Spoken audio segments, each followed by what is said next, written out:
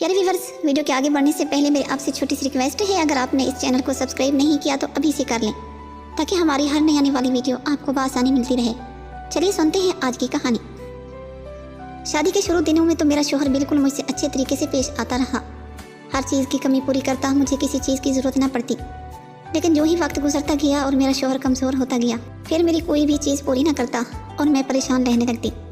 एक दिन मैंने सोचा कि मैं अपने शोहर के रवैयों का अपने ससुर को बताती हूँ, तो मैं ससुर के पास चली गई और मैंने कहा कि ससुर जी, मुझे आपसे बात करनी है।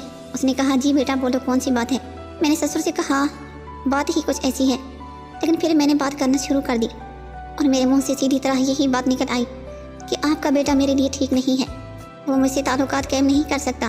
पहले तो मेरे ससुर को कुछ समझ ना आई, लेकिन फिर मेरी अच्छी तरह से बताने पर ससुर अच्छी तरह से समझ चुके थे। मैंने ससुर के साथ गुस्से से बोल रही थी कि मुझसे अब और ये बर्दाश्त नहीं होता, मुझे इसके साथ सब कुछ करना है, लेकिन वो है कि मेरे साथ कुछ नहीं करता। मेरी सारी ख्वाहिशात मान पड़ जाती हैं। मैंने अपने ससुर को सारी बात बता दी कि मैंने तो इनका आज तक देखा भी नहीं है और ना ही उन्होंने आज तक मेरे साथ कुछ किया। अगर मैं कहूँ तो वो मुझे गुस्सा होकर चुप करा देते हैं। मेरे ससुर कुछ देर के लिए खामोश हो गए और कहने लगे कि तुम परेशान ना हो, मैं इसका कोई ना कोई हल ज़रूर निकालूंगा। मैंने ससुर से कहा कि मुझे और बर्दाश्त नहीं करना, प्लीज़ आप ही मेरे लिए कुछ करें।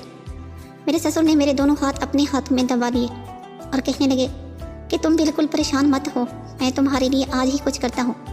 कुछ देर खामोश रहने के बाद मेरे ससुर मुझसे कहने लगे कि मैं हूँ ना तुम्हारी हर ख्वाहिश पूरा करने के लिए। ये सुनते ही मेरे रंग उड़ गए।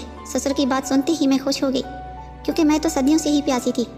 ससुर भी मुझसे कहने लगे कि इस बात का सिर्फ तुम्हें और मुझे पता है, इस बात का जिक्र तुम किसी से कभी मत करना, मैं तुम्हारी हर ख्वाहिश को पूरा करूँगा। मैंने ससुर जी से कहा कि ठीक है, मुझे हर बात मंजूर है, कभी किसी से कोई बात नहीं करूँगी। अभी मेरे कहने की देर थी कि मेरे ससुर ने मेरे साथ वो सब किया जो मैं सोच भी नहीं सकती। वो हर तरह से मुझसे राज़ी कर रहे थे।